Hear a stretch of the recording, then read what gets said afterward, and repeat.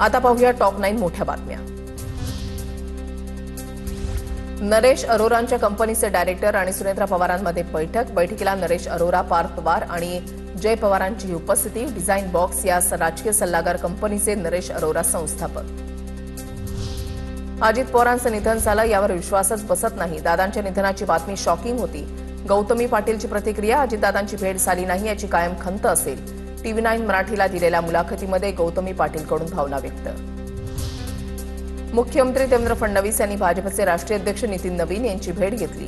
भाजपचे राष्ट्रीय अध्यक्ष झाल्यानंतर फडणवीसांच्या अध्यक्षांसोबतची पहिलीच बैठक।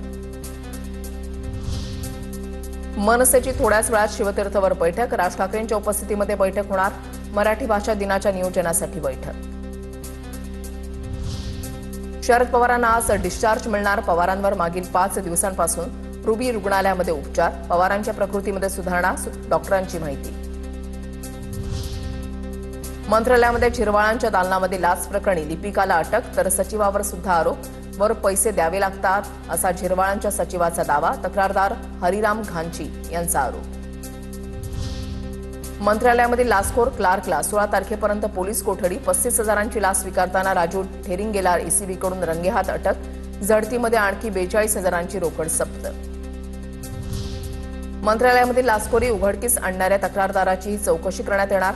मंत्रालयाच्या गेटमधून फक्त 10,000ची रोकड आत नेण्याची परवानगी असताना तक्रारदारांनी स्वतः सगळे पैसे घेऊन गेल्यानं त्यांची चौकशी करण्यात येणार। वाशिम जिल्ह्यामधील श्री क्षेत्र पोहरादेवीमध्ये आज संत सेवालाल महाराजांची जयंती।